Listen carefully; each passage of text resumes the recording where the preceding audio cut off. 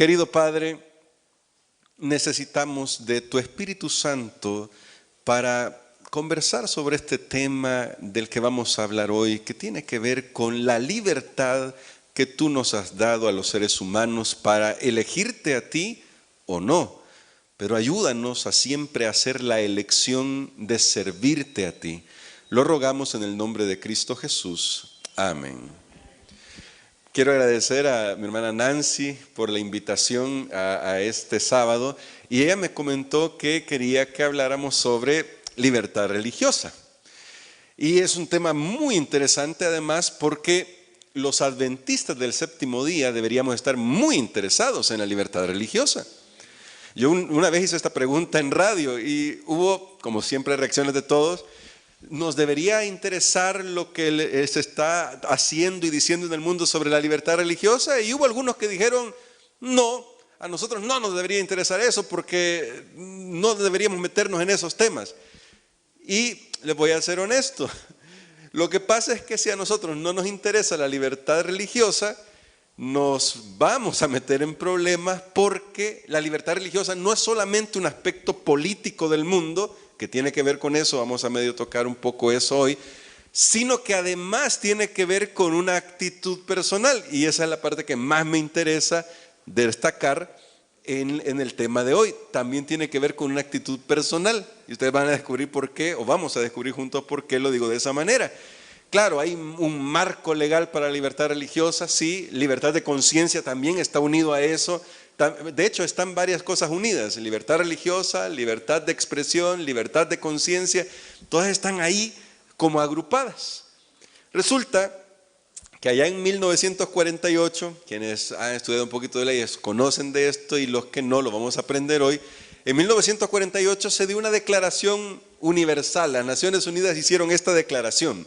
Y me gustó mucho, por eso quise traerla para comenzar con ustedes, aquí para comentarla con ustedes. Y dicen las Naciones Unidas, allá en 1948, toda persona tiene derecho a la libertad de pensamiento, de conciencia y de religión. Este derecho incluye la libertad de cambiar de religión o de creencia, así como la libertad de manifestar su religión o su creencia individual o colectivamente, tanto en público como en privado, por la enseñanza, la práctica, el culto y la observancia. Saben que esta declaración es bien interesante porque es súper abarcante. Habla sobre todo lo que cada ser humano sobre esta tierra tiene derecho en cuanto a sus convicciones. Incluso incluyó, aunque esta la tuvieron que matizar porque las naciones islámicas no la aceptaron, esta tal cual está, tuvieron que matizarla con los islámicos sobre esto de cambiar de religión. Pero noten que la declaración abarcante es, incluso si usted desea cambiar de religión, puede hacerlo. Usted es libre de hacerlo. Si usted desea cambiar sus creencias, puede hacerlo. Tiene esa libertad. Es bien curioso porque esto fue en 1948, pero es más curioso que en realidad estas ideas, si vamos a la Biblia, las podemos extraer de ahí, desde la fuente que es Dios, que siempre ha sido un promotor de la libertad de conciencia. ¿Saben? Dios es un promotor de la libertad de conciencia.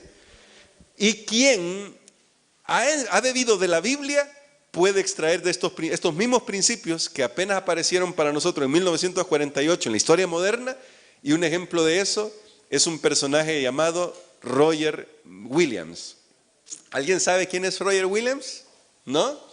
Él fue el fundador de Providence en Rhode Island. Esa fue una de las comunidades por ahí, y él fundó ese lugar como una medida de mostrarle a toda la nación, básicamente, tal vez ahí estoy extrapolando yo, pero demostrarle a la nación naciente que iba a ser Estados Unidos cómo se vive la libertad de conciencia. Él era puritano. Y noten lo que les voy a decir, él era puritano, Roger Williams, pero fundó junto con otro colega, porque era teólogo, era pastor, fundó la primera iglesia bautista ahí en Rhode Island, en Providence, sin ser bautista. Entonces, ¿cómo es que fundó una iglesia bautista si él era puritano? Lo que pasa es que Roger Williams creía en la libertad de conciencia.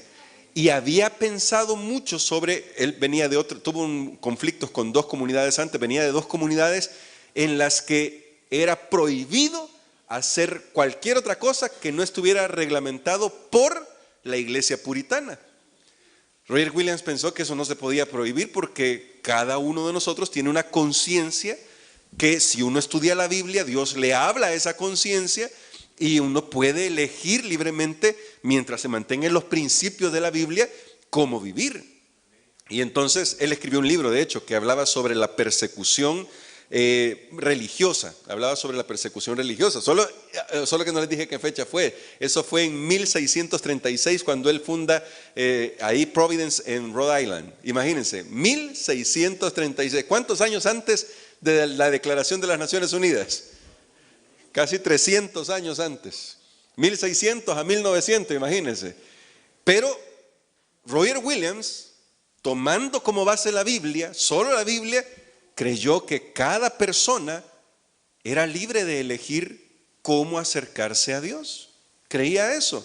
De hecho, tuvo problemas por eso con las otras comunidades y tantos problemas que tuvo que ir a Inglaterra, donde antes tenían que hacer los trámites legales para garantizar que ese lugar, Providence, no podía ser tomado por otras comunidades que posiblemente quisieran aprovecharse de un vacío legal. Así que tuvo que hacer varios movimientos y su llamado era: vengan que aquí ustedes pueden practicar su libertad, pueden practicar su culto con libertad. Y lo curioso fue eso, cuando estaba estudiando esta historia, fundó la primera iglesia bautista en ese lugar sin ser bautista. Pero ¿por qué creía en eso? Ahora, ¿por qué me llama la atención todo esto?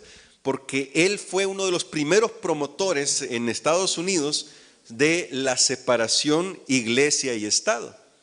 Esa separación iglesia y Estado es un principio que nosotros como adventistas sabemos se valora muchísimo, especialmente como adventistas lo valoramos porque sabemos que la iglesia y el Estado deben mantenerse separados para que todos nosotros podamos tener libertad de adorar a Dios conforme a nuestra conciencia. Porque se ha visto siempre que cuando el Estado o la iglesia están unidos y tienen injerencia una sobre la otra, la libertad de conciencia sufre. ¿Se ha visto eso? Siempre va a sufrir. Y eso no me refiero solo a la historia medieval, no, me refiero a toda la historia de la humanidad. Siempre que la religión y el gobierno han estado unificados, la libertad de conciencia ha sufrido. Pero ya vamos a llegar ahí. Ahora me interesa que nosotros exploremos. Esto va a ser una exploración rápida porque me voy a concentrar en otro texto de la Biblia al final, pero vamos a hacer una exploración rápida con lo que nosotros ya sabemos de la Biblia, para que lo tengamos así, sea un poquito rápido. Vean, ¿por qué dije que Dios es el máximo promotor de libertad de conciencia? Y por ahí alguien dijo, por el amor. De hecho, sí, es porque Dios es amor y el amor no se puede forzar. Si el momento en que el amor se fuerza, deja de ser amor. Ya no se puede, no se puede llamar amor si es a la fuerza, ¿sí? No se puede llamar amor.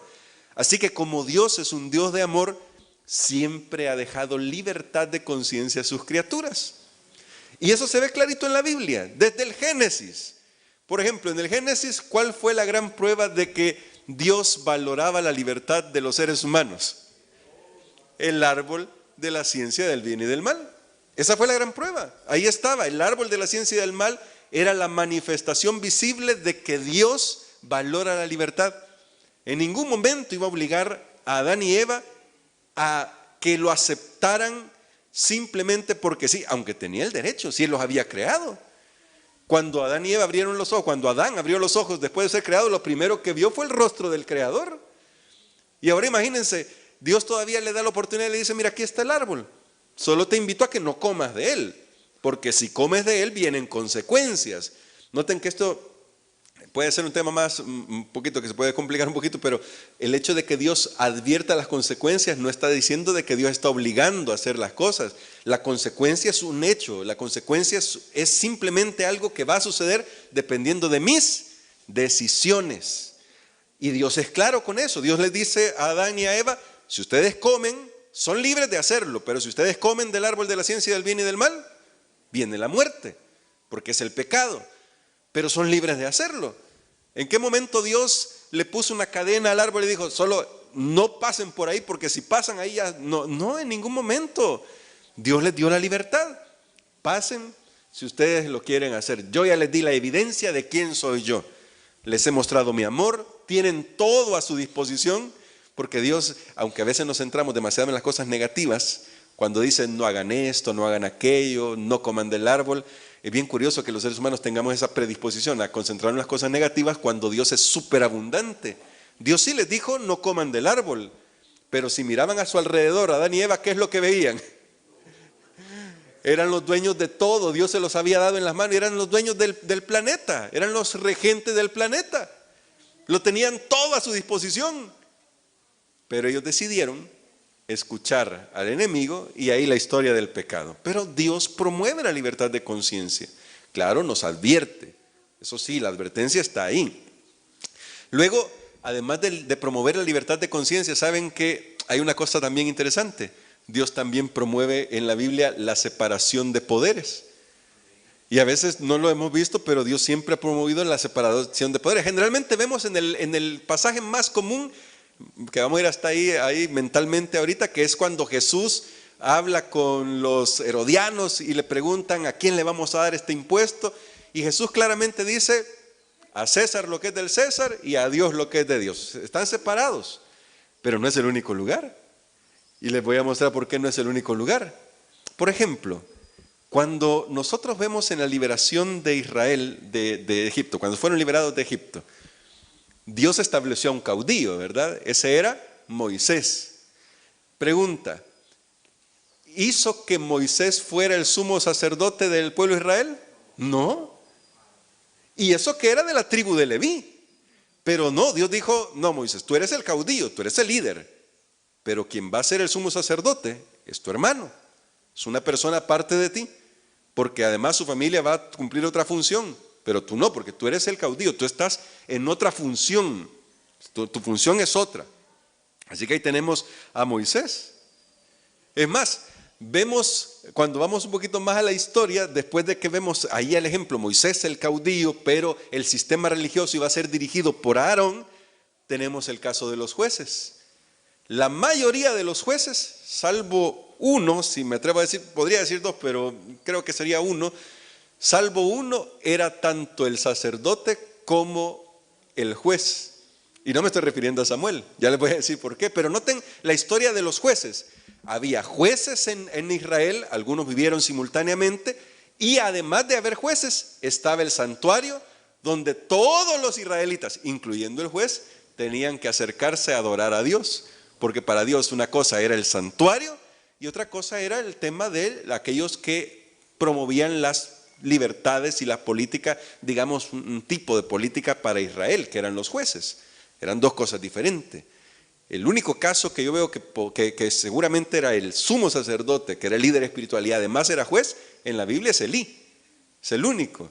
Samuel no tenemos idea. Yo personalmente cuando veo la historia de Samuel, yo creo que él no era sumo sacerdote. Podía hacer sacrificios porque era sacerdote, era del linaje de Leví, pero no era el sumo sacerdote.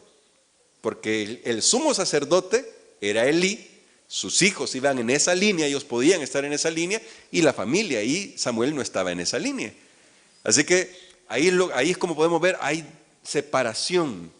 Cuando llega la monarquía, esta separación se vuelve todavía más evidente, porque Saúl, aun cuando era rey, no podía tener las injerencias del sacerdote, y ese fue un gran problema.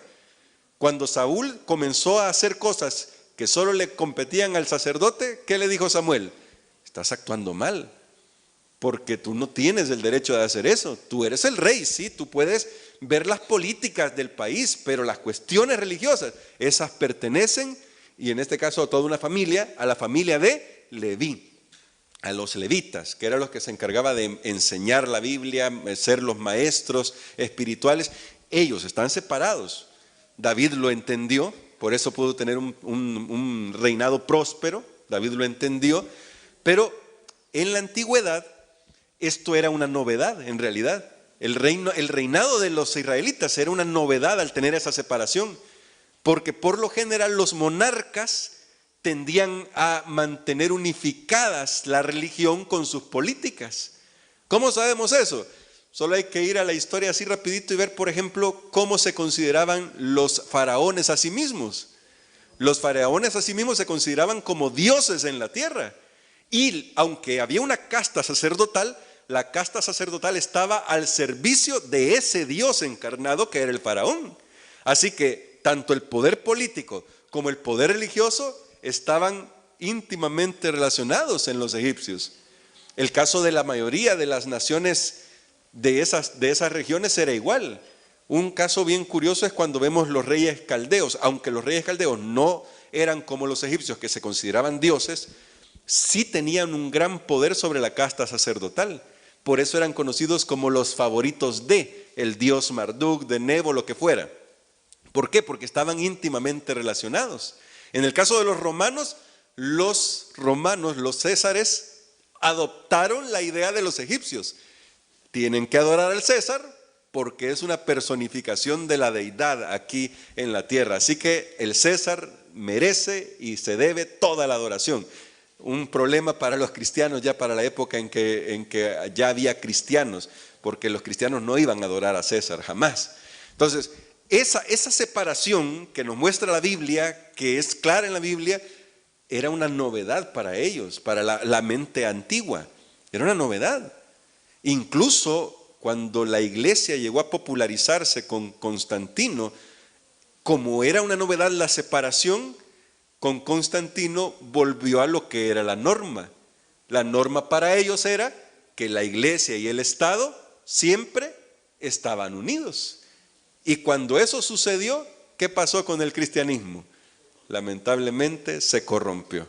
Justamente por eso, porque en la Biblia siempre se promovió la separación de iglesia y Estado, número uno, bueno, el número dos, si lo seguimos en el orden que había dicho antes, y también la libertad de conciencia. Esas dos cosas siempre se promovieron, libertad de conciencia y separación. El que ha leído la Biblia con detenimiento siempre va a ver que Dios jamás va a forzar, Dios jamás va a intentar que la gente lo adore por un decreto.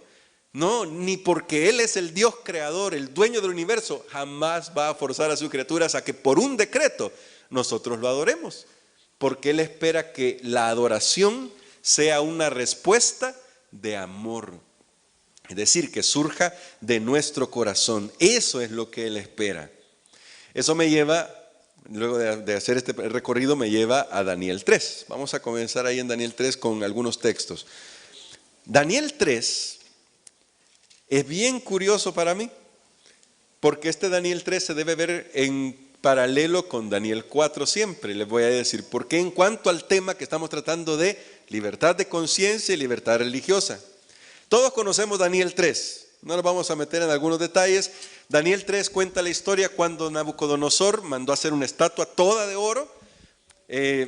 Con eso estaba queriendo decir, a mí no me interesa lo que Dios dice en Daniel 2, yo voy a hacer mi estatua porque Babilonia debe durar por la eternidad. Y cuando manda a hacer la estatua, emite un decreto. Todos sabemos sobre esto. Este decreto es un decreto que tiene que ver con adoración. Y es un decreto que atenta contra la libertad de conciencia de las personas. Es un decreto muy interesante porque Nabucodonosor había conquistado varios lugares, todos con diferentes religiones, y ahora les está pidiendo a todos que se unifiquen bajo una sola manera de adorar. Ese es el decreto. Atenta contra la libertad de conciencia, y la Biblia dice que cuando se da este decreto, solo hay 3 jóvenes hebreos que deciden que su conciencia vale más que incluso su vida. ¿Sí? Solo hay 3 jóvenes hebreos. Y de hecho, vean, vamos a leer este pasaje para que lo introduzcamos. Daniel 3, y vamos a leer el verso 16. Dice así, bueno, versos 15 y 16. Ahora pues, pregunta Nabucodonosor a los 3 jóvenes hebreos, ¿estáis dispuestos para que al oír el son de la bocina, la flauta, la cítara, el arpa, el salterio, la zampoña y todo instrumento de música, os postréis y adoréis la estatua que he hecho? Porque si no la adoráis, en la misma hora seréis echados en medio del horno de fuego ardiente. ¿Y qué Dios será el que os libre de mis manos. O sea, el decreto iba en contra de la conciencia de Sadrach, Mesach y Abednego. Dice el verso 16, Sadrach, Mesach y Abednego respondieron al rey Nabucodonosor diciendo: no es necesario que te respondamos sobre este asunto. Paréntesis con esto, lo que estaban diciendo con esto es: tú ya sabes cómo nosotros vivimos, porque de hecho los conocía. Tú ya sabes qué es lo que nosotros creemos. Y saben que esta respuesta me ayuda para que nosotros sepamos qué actitud debemos tener nosotros frente a las amenazas de libertad de conciencia. Nosotros, como creyentes de la libertad de conciencia, no deberíamos ponernos a discutir y pelear con la gente que está tratando de amenazar la conciencia. No, esa no es nuestra labor. ¿Y saben por qué no es nuestra labor? Porque en general, quienes amenazan la libertad de conciencia ya tienen cierta cuota de poder político. Así que, ¿qué gana usted con ponerse a pelear contra eso? Mesach y Abednego no se pusieron a pelear.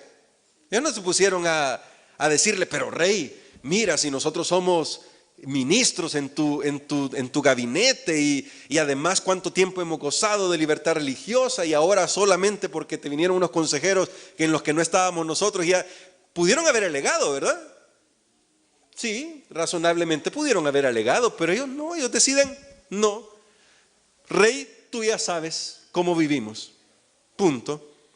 Nuestro Dios, verso 17, a quien servimos puede librarnos del horno de fuego ardiente, y de tus manos, oh rey, nos librará. Y si no, has de saber, oh rey, que no serviremos a tus dioses, ni tampoco adoraremos la estatua que has levantado. Es decir, la actitud que tienen ellos, no le están diciendo al rey, no están peleando con el rey, eso es lo que quiero decir, no están peleando con el rey, no están tratando de abogar con el rey, simplemente le están diciendo: vamos a seguir viviendo de acuerdo a nuestra conciencia. Eso es lo que vamos a hacer. Haz lo que tú tengas que hacer. Se acabó. Ahora, esto es un decreto terrible, ¿verdad? Pero ahora veamos al final del capítulo 3. Dice en los versículos 28 en adelante, siempre de Daniel 3. Y Nabucodonosor dijo: bendito sea el Dios de Sadrach, Mesach y Abednego, que envió su ángel y libró a sus siervos que confiaron en él, los cuales no cumplieron el edicto del rey y entregaron sus cuerpos antes que servir y adorar a otro Dios que su Dios. Miren qué testimonio que está dando el propio Nabucodonosor. Pero escuchen este texto. Por lo tanto, decreto que todo pueblo, nación o lengua que diga blasfemia contra el Dios de Sadrach, Mesach y Abednego sea descuartizado y su casa convertida en estercolero, por cuanto no hay Dios que pueda librar como este. Ahora le voy a hacer una pregunta. ¿Este decreto era mejor que el decreto que iba a matar a los hebreos? A ver, un silencio. Eso me gusta. Lo están pensando. No, hermanos, no era mejor. Este decreto era igual de malo que el primer decreto. Solo que ahora los favorecidos parecía ser que eran los judíos. Yo no creo que ni Daniel, ni Sadrach, Mesach y Abednego hubieran estado de acuerdo con ese decreto, pero tampoco se iban a poner a pelear con Nabucodonosor, ¿no? Hay que tener sentido común, hay que tener algo de sentido común. No se iban a poner a pelear con Nabucodonosor, pero no era un buen decreto tampoco. ¿Por qué? ¿Por qué no era un buen decreto? ¿Cuál es el problema con este decreto? Porque nosotros podemos decir: pero hermanos, si está diciendo que todos adoren al Dios verdadero, que todos busquen a Dios, y suena bonito. Pero ¿cuál es el problema aquí? Que está forzando la conciencia de otros. Ese es el problema. Porque lo que está haciendo Nabucodonosor es: si tú no obedeces este nuevo decreto, que es que ahora tienes que adorar al Dios de ellos porque se ve que es más poderoso, entonces te voy a hacer lo mismo que le iba a hacer a ellos, y es matarte. ¿Puede Dios aceptar ese tipo de adoración y servicio? No, no lo puede aceptar. Así que este decreto era igual de malo. Pero luego aparece el capítulo 4 de Daniel, ¿saben? Y el capítulo 4 es fascinante, porque ahora sí encontramos a un Nabucodonosor diferente. Porque al final, cuando ustedes leen todo el capítulo 4, no lo vamos a detener en los detalles, pero cuando ustedes leen todo el capítulo 4, al final se dan cuenta de que ya Nabucodonosor comprendió que no le puede obligar a otras personas a adorar a Dios. ¿Cómo sabemos eso? Vamos al final del capítulo 4, verso 37. Ahora yo, dice Nabucodonosor. Ahora noten, ¿cómo decía el decreto? Dice, por tanto decreto que todo pueblo, decía en el capítulo 3. Decreto que todo el mundo. Pero ahora miren cómo termina el capítulo 4. Ahora yo, Nabucodonosor, alabo, engrandezco y glorifico al Rey del cielo, porque todas sus obras son verdaderas y sus caminos justos, y él puede humillar a los que andan con soberbia. ¿Qué es lo que está diciendo ahora en el capítulo 4? ¿Qué es lo que está haciendo Nabucodonosor en el capítulo 4? Siempre lo está diciendo todo el mundo, porque cuando vemos el comienzo del capítulo 4 dice, esto se lo estoy contando a mi reino, a todo mi gobierno. Pero ahora, ¿qué está haciendo Nabucodonosor? Ahora está testificando. Ya no está obligando. Seguía siendo el rey. Seguía siendo el monarca más poderoso que había tenido Babilonia desde ay, se me escapó el nombre de este rey, el que hizo Hammurabi.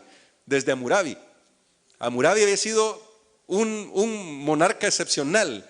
Después de él, Nabucodonosor en la historia. Nabucodonosor II, que así se llama él. Era tan importante. Había hecho grandes cosas, era un gran arquitecto, un gran militar. Pero ahora en el capítulo 4 él dice, yo ya no los puedo obligar, porque entendí. Ahora yo los estoy invitando y les puedo dar mi testimonio, y mi testimonio es que Dios es grande. Es una cosa diferente ahora, porque él comprendió, no puede ya emitir decretos, porque Dios es un Dios que valora la libertad de conciencia, la libertad de culto, la libertad de religión. Entonces eso me hace preguntar, ¿qué actitud debemos tener nosotros como cristianos frente a los temas que nos rodean en cuanto a las libertades que tenemos y que según la Biblia en algún momento se van a quitar? Bueno, lo primero es que hay que recordar lo que siempre hicieron los apóstoles, ser buenos ciudadanos. Ahora, esta parte es un poquito delicada porque algunos confunden ser buenos ciudadanos con enrolarse en la política de una manera demasiado activa. Mi querido hermano, todos nosotros tenemos libertad en todo ese sentido, de elegir a quien querramos elegir, de votar como usted. Recuerde que el voto es secreto, eso es suyo, eso es personal.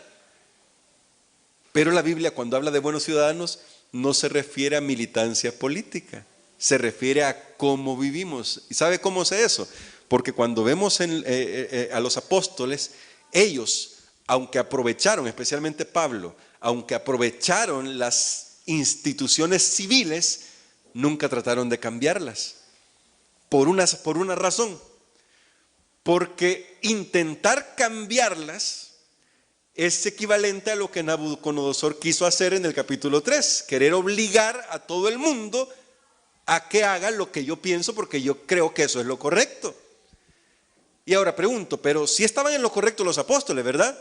Sí estaban en lo correcto, pero para poder mostrarle a otros que estaban en lo correcto no necesitan ir y cambiar el sistema político. Lo que necesitaban, y fue lo que hicieron los apóstoles, es vivir de acuerdo a los principios del Evangelio. ¿Y eso qué logró? Bueno, la Biblia lo dice, trastornaron el mundo entero de su tiempo. ¿Por qué? Porque vivieron el Evangelio. No se fueron a querer a hacer mítines y a ver si aprobaban tal ley, si quitaban tal ley. No, ellos vivieron el Evangelio. Incluso el Señor Jesucristo, esa fue la manera en que vivió. En el deseo de toda la gente, hay una cita que a mí siempre me ha impresionado, que dice de que Jesús no intentó cambiar el sistema político de su tiempo. Estoy parafraseándolo. Porque no es a eso a lo que Él vino. Porque el testimonio de Jesús siempre fue, mi reino, ¿qué pasa? ¿Es de este mundo? No, mi reino no es de este mundo. Y si el reino de Jesús no es de este mundo, ¿cuál es nuestro reino? ¿Verdad que nuestro reino tampoco es de este mundo? Entonces lo que Dios espera de nosotros es que en nuestra actitud seamos buenos ciudadanos, sí, porque estamos viviendo con los principios no del reino, no de los reinos de acá, sino con los principios del reino de Dios, que es de donde pertenecemos nosotros. Ese es nuestro reino también. Es el reino que Dios nos ha heredado a nosotros en Jesús. Es el reino de los cielos. Por eso es que debemos vivir como buenos ciudadanos. No para acomodarnos a lo que hace el mundo, no, sino porque vivimos de acuerdo a principios que son diferentes. Pero la segunda actitud que creo que debemos tener es que, aunque debemos ser buenos ciudadanos y considerando que nuestro reino es también el reino de Dios, lo que siempre debe pesar sobre nuestra conciencia es lo que le dijo Pedro a los dirigentes del Sanedrín. Juzguen ustedes qué es lo correcto, obedecer a los hombres o rendirle obediencia a Dios. Y la respuesta es obvia. ¿Qué es lo que tenemos que hacer? Rendirle obediencia a Dios. Porque Él es el dueño de todo al final. Porque Él es nuestro creador, Él es nuestro salvador. Y lo hacemos con libertad de conciencia. Pero y eso nos presenta el principio de que cuando una ley humana entra en conflicto con una ley divina, un seguidor del reino de los cielos va a obedecer la ley divina. Nada más. ¿Se va a poner a pelear por eso? No, porque vuelvo al ejemplo de los cautivos hebreos. Ellos no se pusieron a alegar. Y tal vez pudieron haberlo hecho porque eran ministros en el gabinete de Nabucodonosor. Pero no. ¿Saben por qué no? ¿Por qué no vamos a pelear nosotros? Porque nuestro testimonio, igual que el de los jóvenes hebreos, dirá a quién le pertenecemos. Y le pertenecemos a Dios, definitivamente. Y así debemos vivir, perteneciéndole a Dios. Ahora, con eso en mente y para concluir nuestra reflexión de hoy, nos encontramos con Apocalipsis capítulo 13, que fue nuestra lectura bíblica. Ahí dice en los versos desde el 15 hasta el 17 de la siguiente manera: se le permitió infundir aliento a la imagen de la bestia para que la imagen hablara e hiciera matar a todo el que no la adorara. De nuevo el tema es libertad religiosa y libertad de conciencia, es adoración. Y hacía, dice aquí este poder, hacía que a todos, pequeños y grandes, ricos y pobres, libres y esclavos, se les pusiera una marca en la mano derecha o en la frente, y que ninguno pudiera comprar ni vender, sino el que tuviera la marca o el nombre de la bestia o el número de su nombre. Es decir, la Biblia nos muestra que más pronto de lo que imaginamos, las libertades que ahora gozamos van a desaparecer. Y de hecho, están desapareciendo, solo que a veces no nos damos cuenta porque están desapareciendo de manera bien escondida. Les voy a poner un ejemplo. Nuestro lenguaje, ese es el ejemplo que les voy a poner, nuestro lenguaje.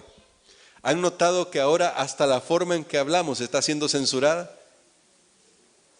¿Ya lo notaron? Eso es amenaza contra la libertad de conciencia, de expresión y finalmente derivará en amenaza contra la libertad de religión.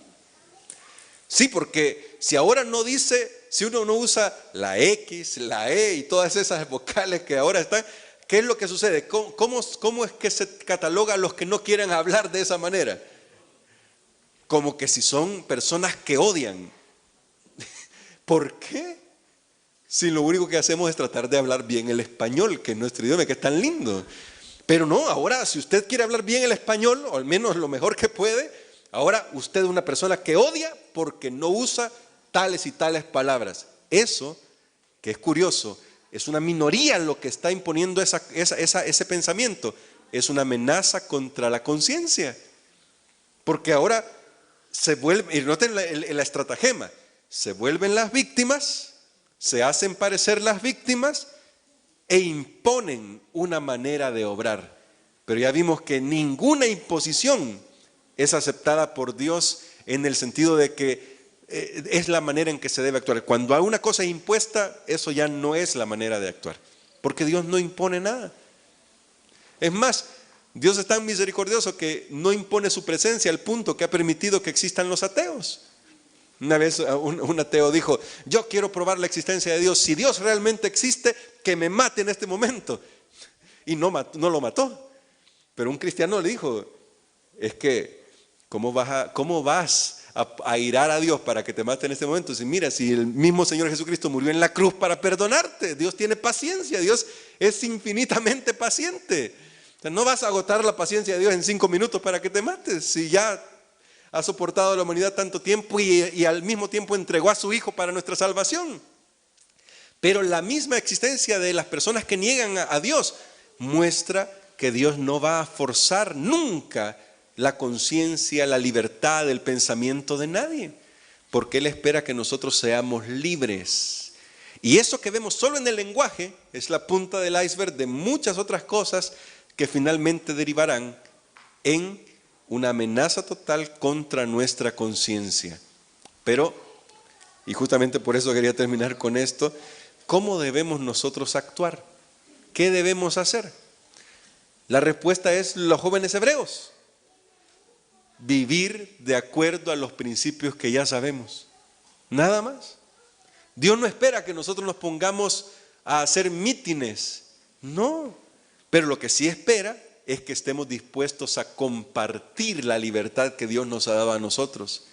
Eso también significa que tenemos que aprender a respetar al otro, aun cuando a nosotros no nos respeten. ¿Saben que esto es bien interesante, verdad? Hay que aprender a respetar al otro, aun cuando nosotros no seamos respetados. Ahí vamos a mostrar de verdad que creemos en lo mismo que Dios cree, en la libertad de conciencia, en la libertad de culto, en la libertad de que cada uno puede tomar sus decisiones. Pero el llamado para nosotros, hermanos, es a que nosotros tomemos la decisión de permanecer del lado de Jesús sin importar lo que pase. Van a venir cosas que van a ser mucho peores que este tema del lenguaje. Al final el tema del lenguaje, aunque a algunos nos puede causar risa, a algunos un poco de indignación, porque de verdad a veces se pasan con ese tema, al final eso es solamente una punta del iceberg, es una cosa pequeña en comparación de lo que vendrá. Sin embargo, para lo que viene nosotros ya estamos asegurados. Aquellos que ponen su confianza en Dios no tienen nada que temer frente al futuro, porque aunque habrá boicot, como lo presenta Apocalipsis 13, nosotros tenemos la vida asegurada en Jesús. No hay nada que temer sobre ese boicot. Lo único que tenemos que asegurarnos es que vamos a vivir de tal manera que aunque el boicot caiga sobre nosotros, la gente todavía pueda decir: pero vean, ellos son diferentes, no se ponen a pelear. Nosotros los estamos ahí machacando con todo lo que podemos legalmente y todo lo que se pueda, pero ellos no reclaman, no se ponen a pelear. Ellos tratan de vivir siempre de acuerdo a lo que sabemos que debemos vivir. El amor de Jesús puesto en práctica, puesto al servicio de los demás, mostrándole a otros cómo Jesús lo ha dado todo para que seamos salvos. Eso es todo. Y si vivimos de esa manera, el mundo se va a ver revolucionado, porque al final todo esto que se va a dar, esto de la libertad de conciencia amenazada, lean el conflicto de los siglos, ese capítulo especialmente, pero todo esto que se va a dar, ¿saben para qué va a servir? Para que ustedes y yo podamos dar un testimonio más fuerte. Para eso va a servir.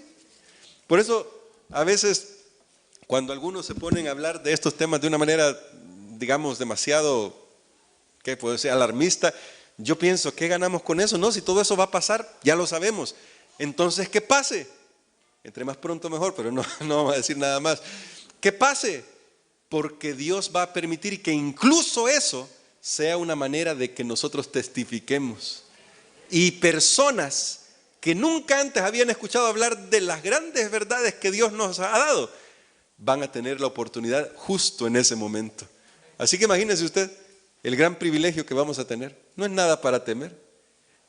Sí, aunque la libertad de conciencia sea amenazada, nosotros podemos estar tan tranquilos como Sadrach, Mesach y Abednego y decir: Dios puede librarnos de todo esto.